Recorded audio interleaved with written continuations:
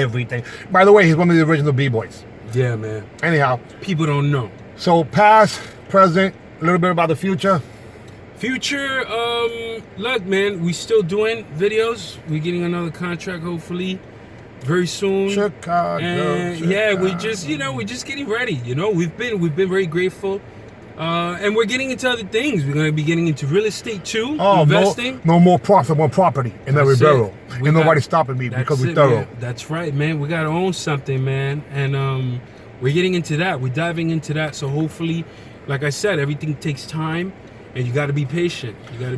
And when it comes down to it, what I've been doing is making sure I keep contact with Gabi, because I'm a neophyte when it comes to recording, guys. 25 years ago, we was doing the Bronx Net shows and Chicle, the comedies and a whole bunch of stuff. So we did. There's been a lot of things. By the way, Bronx Net is expanding on 149th to a bigger operation. Wow. I got Michael's phone number on here, the president, and I'm hoping that he has some of those videos of those stories that we did. Man. That the Last Dragon that had Rocksteady with Crazy Legs and I remember TK those days, man. I remember those really did happen.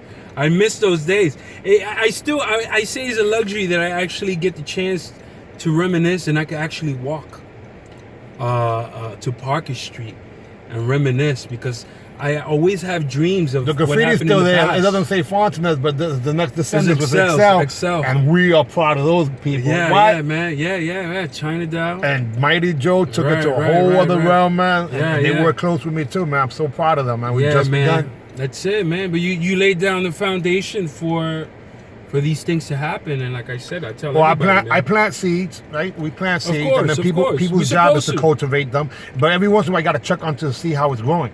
Of course, man. You gotta put water on them too sometimes. See if the soil is dry. That's the case. So the last time I saw G-Force Gabi, he actually was a little heavier, and so was I. Yeah, man. Now I would say 10 pounds. Yeah, we're in the process. Yeah. It took us some time to get to this point, and it takes you some time to get to the point where you want to be. But I think I'm older, I'm wiser. And I think that I'm able to digest the information. It would be nice if you walked on fire. That would have been cool. I did walk on fire with Michael. Michael actually took. We went New Brunswick, New Jersey. We went. I actually got burned too. Did you take the middle finger? I was like, no, you can take the middle finger. Crazy, man. I got burned one time. I took the middle finger, put it behind my knee, bent it, and it was gone. Why the middle finger? I don't know why. But that's the one it was. That's they say, I guess because it has the most, maybe because it's in the middle, might have the most pressure. But I did that, and and the burn went away. Oh my gosh! So you got into success conditioning with Tony Robbins, and it was always instilled in me. Since I should have went from the moment in time that we moved with Fast Feet. This stuff was instilled in me. I mean, as soon as you guys broke up, I went back to my own ways in a way. Yeah, but you was there when I went to Hawaii and came back as Mr. Mastery. Yeah, man, you were jumping off trees. What were you doing? You bungee jumping? What were you doing? A whole bunch of stuff. If I tell you, I have to kill you. It was 14 hours of 14-day seminars in Hawaii at Mastery, and I came back as Mr. Mastery. I didn't even know when he came back. I didn't know who this man was. I thought that he had reached his peak, and I didn't know who he was. What started happening with the schools? Oh man, they started multiplying. Bronx, Brooklyn, Queens. Yep. Manhattan. I couldn't even keep up with the school. As a matter of fact, I think I never went to the Queens school. I never been to the Brooklyn school. But Bronx and Manhattan? There was just too many at that time. Broadway, right next to the David Letterman show. We recorded Letterman twice. They never showed it, but they paid me double, and I gave it to Grandmaster Banks. Oh, right. Because I had enough money during that time. Then there's a video when you actually... Reverend Banks. I had a nice little knot in the video when you recorded me. Yeah, you always had a little pocket. You had little knots, garlic knots. He had little knots in his pocket. Oh, man, that's crazy. We would eat a lot. We would eat a lot. You bought us a lot of food, man. That was my addiction. My addiction was that we went down to, how about when we went to the Japanese restaurant? I had 2 tables, right? Yeah. A table and my own plate with the logo. It was a crew. It was a every whole week. Posse. People knew that about 8:30 or so I was going to roll up, and they were there with their stories, right? Yup. It was like, people were just like, oh, Fast Feet's here. Let's get this place ready. Yeah. We do a lot of eating, man. A lot of eating. And there was no holding back. Oh, yeah. In terms of what's in the menu, right? Oh, no, please. I mean, and again, this is just a historical fact. Did you ever see anyone even attempt to try to pay even the tip? Everybody had alligator arms, man. Everybody had that little. Thank God I was young at that time. I had no money. Yeah. No, you give me a job. I would make fast feed carrot juice every morning. He gave me a job. And we bought a juicer. And he was like, yo, dude, here, man, this is going to be your allowance. Mm-hmm. This is going to be your job. You're going to make me some juice. You're going to juice for me. And I said, all right, cool, bet. And your mom? My mom would just cook. No, I paid her for the rice and beans. Yeah, man. We were working, man. I had to create a new job, and she was the first one to put the labels, fast feed. I'm glad you touched on that. Put the labels on what became Rex Susie after. She's the predecessor. She's the first generation. She made the first suit. It broke. After a couple of kicks. It didn't matter, but she still made it. She was the first one. From the house. And it's interesting because she had a problem. We didn't realize she had a problem with her hearing, so her confidence was a little low. But today her confidence is a lot better now, right? She's at Mama the top. Chepa. And she's like, yo, this hearing problem actually is beneficial because sometimes when you don't get a cuchara, hey, forget it. Boop. and it's hilarious because we went over to her house and we didn't skip a beat, right? Except that now she's slimmer and she's freaking more confident. Oh, yeah, and then we looked up in the top there and there was a whole bunch of cassettes. Yeah, man. Yeah. VHSs. Yeah, this is stuff that took place in the past. It's still there. You just sent me one the other day.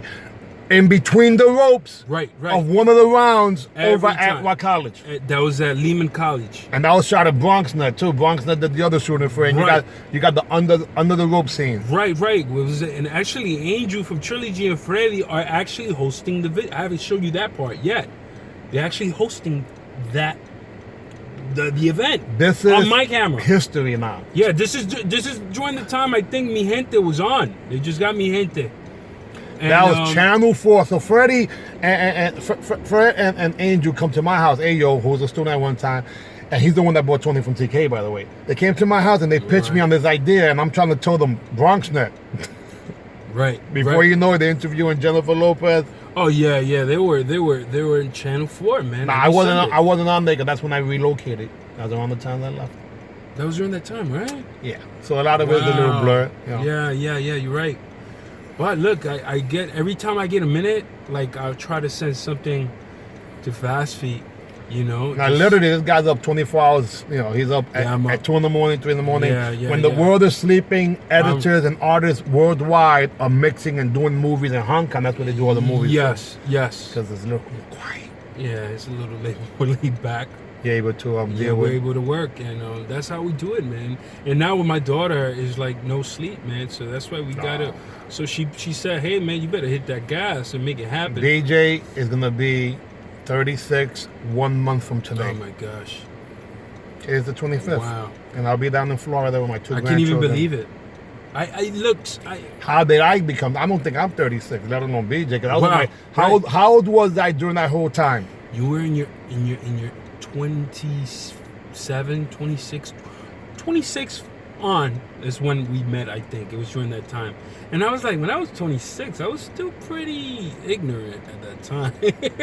I was still I was 22 when I opened up that school. Right. So by 23 I had 200 students.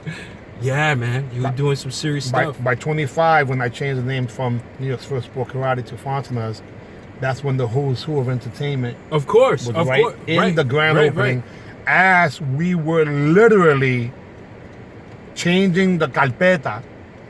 Wow. They were singing. Oh my gosh. A 45-minute concert, the Barrio Boys. Yeah, that's crazy, man. That's crazy. Didn't you have 2 without hats in there too, or no? Bro, there was a bunch of entertainers that, those of you who have those videos and pictures, please share them, because I don't have them, because it's called our history. If it wasn't for martial arts, you think your strategy in life would have been different? Yeah, I think I would have. I mean, God only knows, of course, but I think my life would have been different, definitely. And the thing about martial arts is that it was Fontana's success system that was being taught. So I implemented Tony Robbins' success conditions, made it some function, made it flavor, made it flavor to martial arts with goal setting.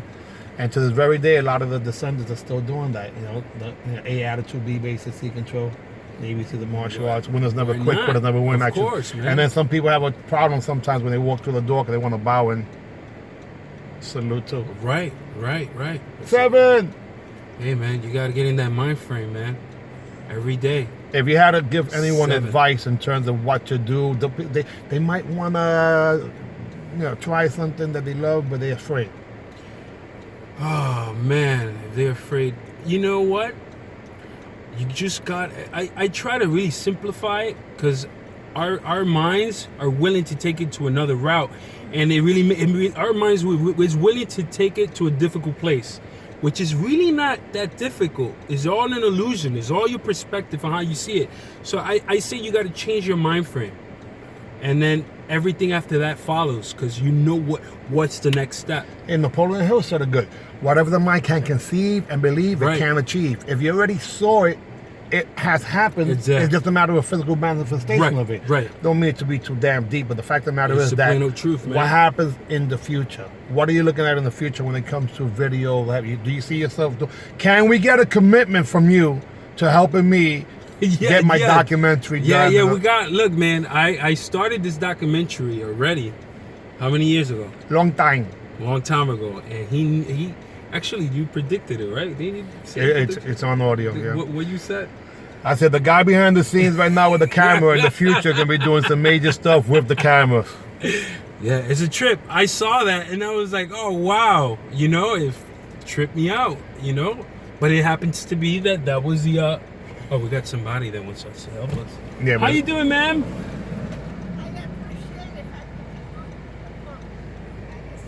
Yeah. You...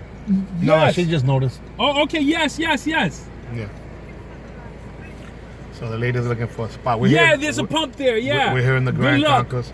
Good luck. We're here in the Grand Concourse where used to quite a few people had doorman buildings and they still go. What's happening now in the Bronx that gets you excited? 'Cause I'm excited. By the way, I'm back. Yeah, man. Well, yes, of course. There's a lot of I just see a lot of opportunities, man, and we gotta jump on it, man. We gotta, as people, we have to stop just sitting on the sidelines. Don't fight it. Yeah, man. Don't spectate. Participate. That's right, man. So we gotta, like I said, the mind frame has to change first, and if we don't do that, man, we're just gonna be victims throughout our whole life of circumstances. Right. Like really quick, name a few people that you had an opportunity to meet with Harry Belafonte that possibly gave you a different perspective. Oh man, definitely that was. If I was to be starstruck. Now you know he's talk. Look at that. Yeah, Harry Belafonte, man. I had a really powerful conversation with him. And who brought you over? Felipe Luciano decided, said, hey, we need to meet with Harry Belafonte. Can we give props to Felipe Luciano and the Young Lords? The fact of the matter is that because of him, I was on Good Day New York. Just so you know, in case you don't remember. Right.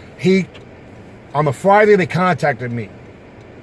I was talking to him for a while because Juan Gonzalez had gotten me in Newsday. Not Newsday, the Daily News. And he was another former Young Lord. Right. So what happened was Felipe got me on Monday to Good Day after I won the Junior Internationals on Saturday. So I'm there with my trophy. I had to win that, man. I'm going to be on TV. Yeah. And he didn't even show up. He quit. Wow. But he made sure. Yeah, he made sure to get him in. Yeah, Bro, man. I mean, you can't make this up. You can't make that up, man. True story. So Felipe Luciano, there was actually a TV show. So again, a lot of people were confused because you wasn't even sure, but there was a TV show that was supposed to do on me, Tico Flores, called Ángel de la Ciudad, and in that show, Felipe Luciano was supposed to be the mayor. Look at that. The Santero mayor that had the lockdown. I didn't even know that. I didn't know he was involved. But that's what I'm telling you. There's a lot of information. And Felipe also was a mentor to Fred and Angel from, the Body Boys trilogy and Mi Gente, My People. Right. And it was because of your connection. Yeah, man. I mean, it's like I say, it's really trippy, man. It really is. But yeah, it's amazing. And just the people that I meet with Felipe Luciano alone, that Felipe Luciano gives me so much love in front of folks. Like I said, even with that thing with Harry Belafonte, he decided to take me in and say, hey, look, we're going to go talk to Felipe Luciano. Yeah, we're going to school this kid. Yeah. Give him some knowledge. And they school me, man. Well, it was a trippy situation because Belafonte decided to say, I remember like it was yesterday, we were in this huge restaurant and it was just only him, like a mafia movie or something. Lights dim. And lights are dim. Violin going. You know, he got his people serving him his food. And I sat right in front. First of all, he saw Felipe and they were just talking Spanish. They were like, "Oh, Felipe, ¿cómo está?" And I'm like, it's like, "Oh, sí, muy bien." They were having conversation in Spanish. So I was like, "Oh, wow, this is trippy." Felipe, by the way, was one of the last poets, and people don't realize that, man. Originals last, but one of the originals, man. Yeah. Let's put it this way: we're gonna get Felipe. We need, bro. It's the DNA of hip hop. Of course. DNA of hip hop. Plus martial arts too. Of course. Are you kidding me? You know, so we have some stories with him, but I'm presently involved with the Hip Hop Boulevard. You notice some of the things that I'm doing? Of course. What do you think about that? It's amazing, man. You're bringing it to light, man. You're bringing props to Al Pizarro and everybody else. Yeah, of course. I mean, there's a newer generation that doesn't know about. I mean, hip hop is pretty young as a genre, but it's 46 years. Yeah. But this new generation They don't have any idea. The Europeans know better. They know more. No, and they the embrace Japanese, it. they embrace culture. They embrace it. And out here it's been hijacked, and the newer generation has lost touch of what really happened back then and why hip hop was actually what was the purpose of all right, hip-hop. so listen to this. It's not the young generation's fault. It's our fault as being the elders in the village, and our job is to make sure we educate them. Education is important. That's man. the key. So on that note, Gabi, can I get a commitment for you publicly right now for me to be able to tap into a future interview? Because when it comes down to it, we want to make sure generations to come know the truth. Yes, indeed. From the guy with a crooked tooth. Beat that. Who did that? Was that Billy Blanks? Yeah, it was Billy Blanks. I blocked in my face. Not a good thing.